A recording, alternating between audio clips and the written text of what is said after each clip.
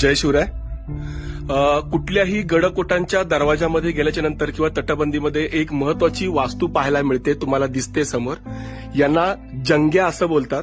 बघा, संपूर्ण तटबंदीमध्ये इथे पाहायला मिळतं, ज्याचं वरच्या बाजूचा जो टोक असतं ते अगदी छोटं असतं, अनकुचीदार म्हणजे अगदी छोटं असतं, आणि पुढच्या बाजूला पूर्ण उतारामध्ये स्प्रेड पद्धतीने ठेवलेलं असतं, जे आपल्याला दिसतंय.